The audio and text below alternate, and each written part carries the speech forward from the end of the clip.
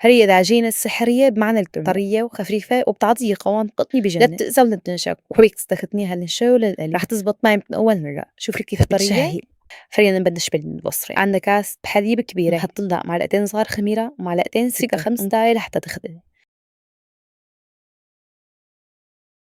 هلا منضيف 6 كاسات طحين ونحط عليهم معلقة كبيرة بيكنج بودر ورشة ملح صغيرة. بنحركهم. شوفوا كيف اختمرت هالقلي كأنها العجينة. وعندنا نص كاسة زيت نباتي طبعا. بنحرك العجينة بعدين بنضل معجنها بإيدنا لحتى ترتاح وتصير ناعمة. بنجيب زبدية هيك بنحط بقلب العجينة. كيف شوفوا كيف صارت ناعمة وما أحلاها تشهي. زدنا الزيت مفروق من تحت وبنغطيها لحتى ترتاح، يعني تقريبا بدها شي ساعة حتى تختمر وتصير ما أحلاها. خلينا نبلش بالسبانخ. هلا هون عندنا سبانخ مخصوبين طبعا منيح كتير كتير. نجيب ملح ونحط لهم شي معلقتين 3 ملح كبار وبنتركهم بايدينا هيك لحتى كلهم مي تنزل من هذا السبانخ. بعدين بنحطهم بمصلاية مشان تنزل طبعا المي. فتعت زدنا بالحشو. وهلا بنحضر الحشو. في عندنا 3 بصلات كبار نفرمهم هيك نكبه، أو إذا بتحبي تفرميهم على إيدك ما بيصير. ونضيف زيت زيتون كمية وفيرة شي 3 معالق كبار تقريبا. وهلا بنقلي البصلة لحتى تاخد هذا اللون الذهبي. بنحط معلقتين صغار كمون ومعلقتين باربيكا، وإذا كانت مدخمة يا سلام. وعندنا معلقتين كزبرة يابسة و3 معالق ملح. بنقليهم لحتى يصيروا بهذا الشكل.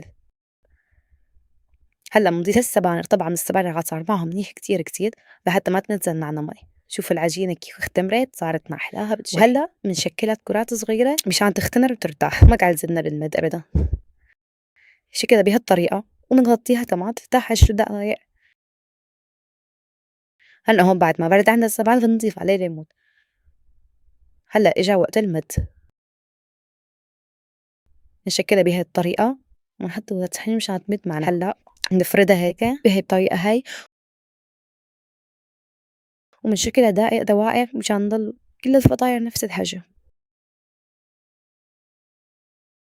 بتسكروها بالطريقة دي انتو بدكن اياها اللي بتحبوا. انا بفضل هاي الطريقة لانها ما بتسبح لا مش شوي ولا حتى القلي طبعا، بس مسكرها منيح نص ايدينا عليها يعني كتير منشدها.